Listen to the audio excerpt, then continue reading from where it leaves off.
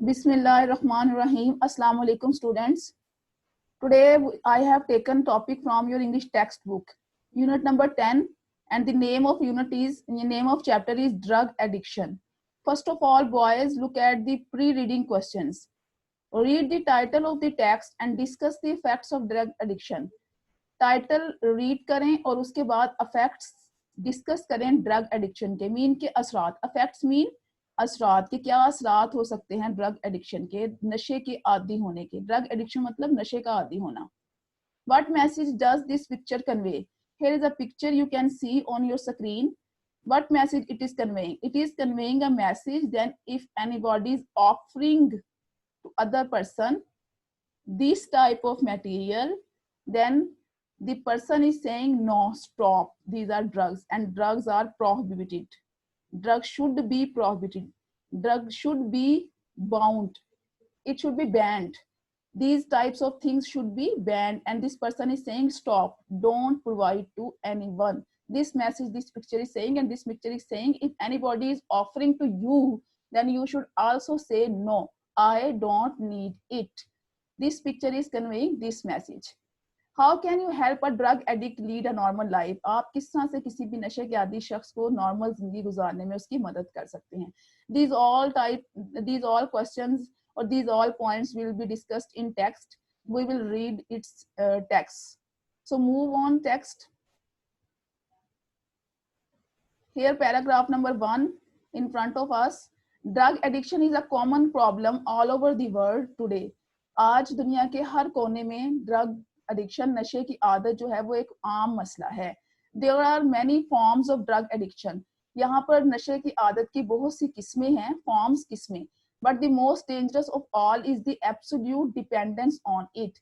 लेकिन इनमें सबसे ज्यादा खतरनाक, most dangerous, सबसे ज्यादा खतरनाक of all is the absolute मुकम्मल तौर पर डिपेंडेंस ऑन इट, इस पर इन्हिसार करना है. लेकिन इनमें सबसे ज्यादा खतरनाक बात यह है कि मुकम्मल तौर पर नशे पर यानी इट मतलब ड्रग पर इन्हिसार करना.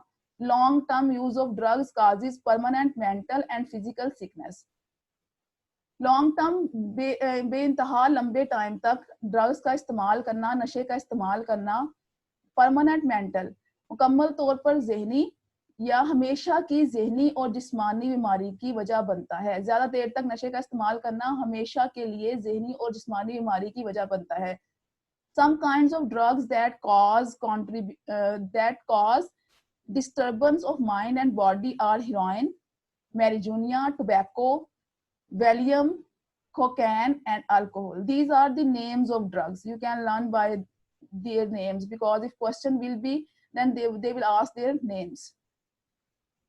यहाँ पर कुछ अहम या कुछ ज्यादा असर करने वाली जिस्म पर और दिमाग पर ज्यादा असर करने वाली ड्रग्स के नाम यहाँ पर या किस्में यहाँ पर मौजूद हैं. फॉर एग्जांपल हीरोइन, टोबैको, तंबाकू, Valium, cocaine and alcohol. Are the drugs addicts aware of the drugs of dangers of drugs? आपके क्या ख्याल है कि जो ड्रग के आदी लोग होते हैं उनको उसके थ्रेट का, उसके असरात का या उसके डेंजर्स मतलब उसके खतरात का पता होता है? Yes, any drug addict can be aware, but the problem is then permanent use or absolute dependence. It is the reason then drug addicts cannot aware or do not want to aware, because when anybody is absolute depending on drugs, then he or she cannot be refused to use it. Paragraph number 2. Drug addiction is caused by the environmental factors. नशे की आदत वजह बनती है नशे की आदत की माहौलियाती बहुत से अनासर जो हैं वो वजह बनते हैं. A few important environmental factors, बहुत से चंद एक अहम माहौलियाती अनासर that may cause drug addiction, जो कि नशे की आदत की वजह बन सकते हैं, are bad peer influence, बुरे लोगों की सोबत, बुरे दोस्त की सोबत, and troubled domestic background, और बहुत ज्यादा मुश्किलात का शिकार घरेलू पस मंजर है. कुछ यहाँ a few important environmental factors that may cause drug addiction are bad peer influence and troubled domestic backgrounds. कुछ अहम माहौलियाती अनासर जो कि नशे की आदत की वजह बनते हैं वो बुरे दोस्तों की सोहबत और बहुत ज्यादा तकलीफदेह या मुश्किलात का शिकार घरेलू पस मंजर है। When young people remain in bad company, जब नौजवान लोग या remain in bad company रहते ही बुरी सोहबत में हैं एंड डू एक्सपेरिमेंट्स और तजर्बात करते हैं in the name of adventure, मोहम जोही के नाम पर, मीन एडवेंचर्स के नाम पर या मोहम जोही के नाम पर या कुछ नया करने के नाम पर, जब वो एक्सपेरिमेंट्स तजर्बात करते हैं, they may fall a prey to addiction, तो वो इस नशे की आदत का शिकार हो जाते हैं। प्रे मीन शिकार होना, एडिक्शन मीन नशे की आदत का। मीन आप जब कोई भी एडवेंचर के तौर पर या मुहिमजोई के तौर पर या कुछ नया करने के लिए दोस्तों के साथ कंपनी में एक बार कोशिश करता है तो वो फिर ऑटोमेटिकली उसका शिकार हो जाता है। पीपल हु आर डिससेटिस्फाइड, वो लोग भी जो गैर मुतमईन होते हैं, एंड डिसकॉन्टेंट, और कनात पसंद नहीं होते। कनात पसंद होना मतलब जितना उनके पास रुपया पैसा है, जैसी उनकी जिंदगी है उस पर वो खुश नहीं होते। विद देयर लाइव्स, अपनी जिंदगियों में also resort to drug addiction, वो भी नशे के आदी बन जाते हैं। In order to seek and escape, escape वो तलाश करते हैं, बचना चाहते हैं। स्कैप बाल बाल बचना, बच जाना, क्योंकि वो पनाह तलाश करते हैं फ्रॉम रिस्पॉन्सिबिलिटीज ऑफ लाइफ, जिंदगी की जिम्मेदारियों से भागने के लिए। वो लोग जो गैर मुतमईन होते हैं और कनात पसंद नहीं होते अपनी जिंदगियों में, वो भी नशे के आदी बन जाते हैं, क्योंकि वो नशे की इस आदत में अपनी जिंदगी में जिम्मेदारियों से भागने के लिए पनाह तलाश करते हैं। Which environmental factors are responsible for drug addiction? किस किस्म के environmental factors जो हैं वो वजह बनते हैं नशे की आदत के? Here is the answer. Bad peer influence and troubled domestic backgrounds are responsible for drug addiction. This is the answer of this blog post. I have ticked today these question answers you will write on your notebooks and comprehension too. The most important measure to take in this regard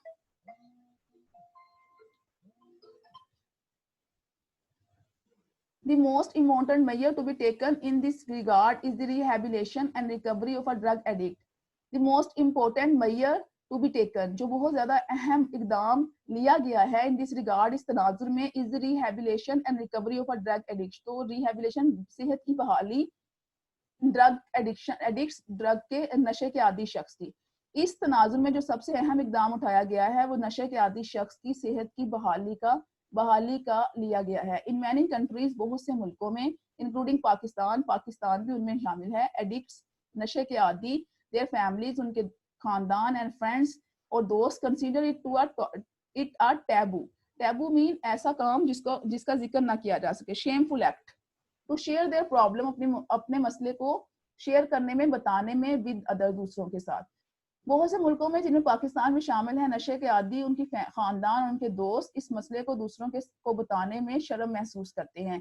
they feel embarrassed, वो शर्मिंदगी महसूस करते हैं, to talk about it, इसके बारे में बात करने में, फॉर फियर, इस खौफ की वजह से, of being declared an outcast, कि उनको आवारागर्द करार दे दिया जाएगा। डिक्लेयर्ड करार दे देना किसी चीज को, an outcast आवारागर्द।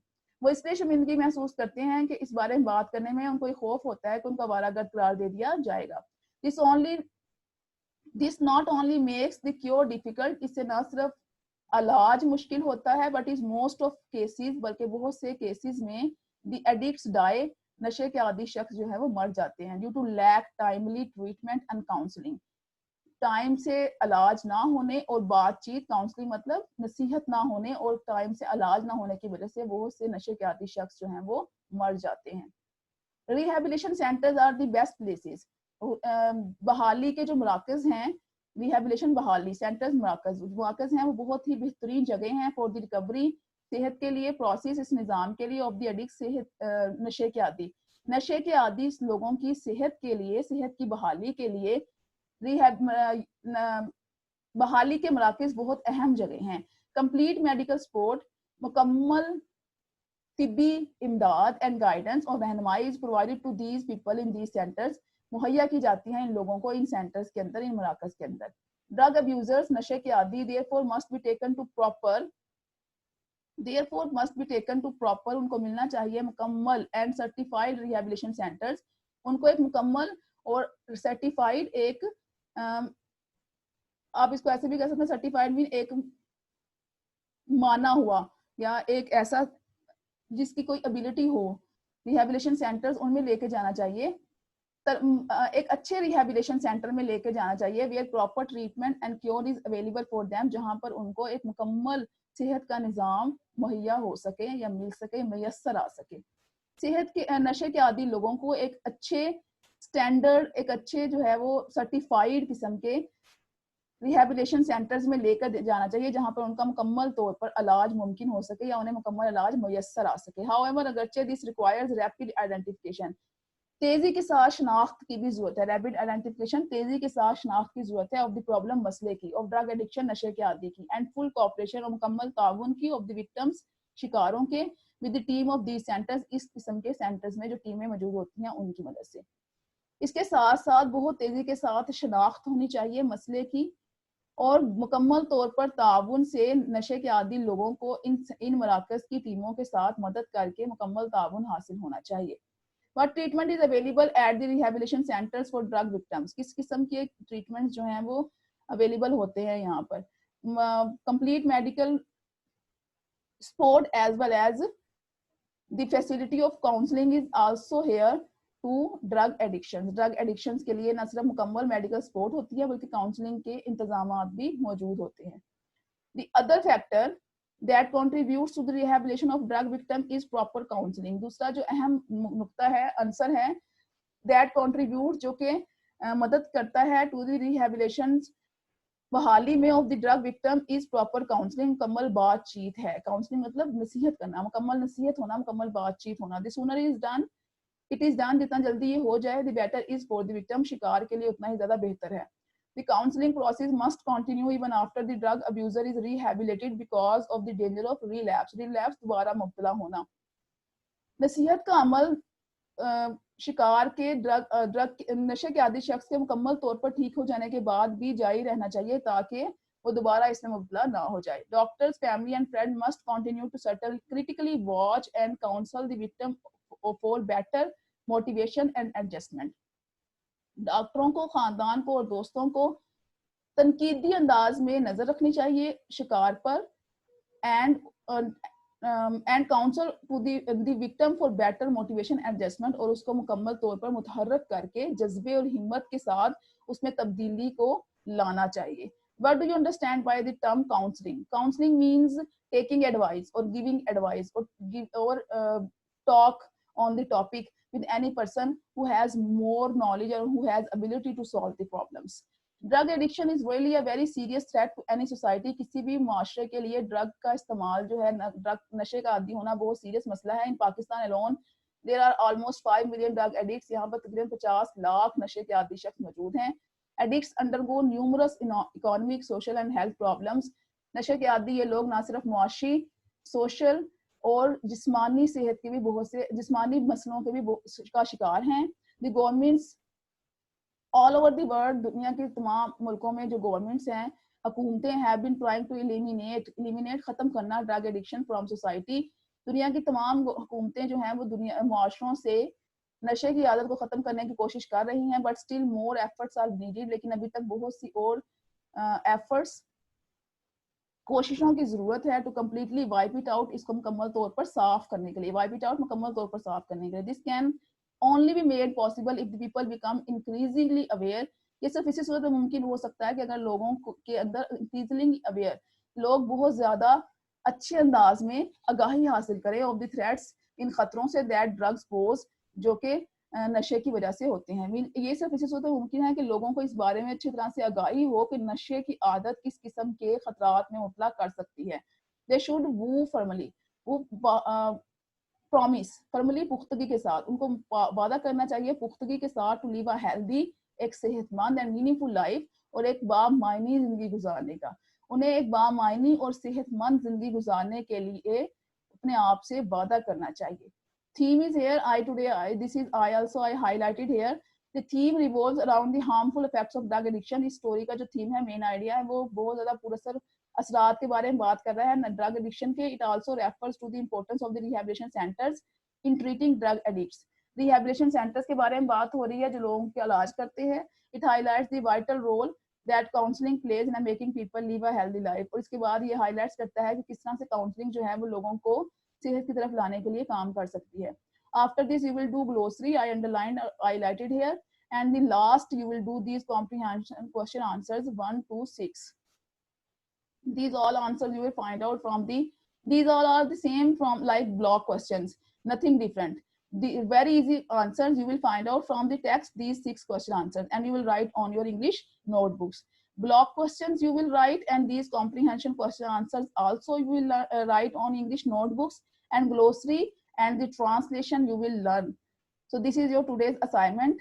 Kindly complete it on your English notebooks. Goodbye, boys.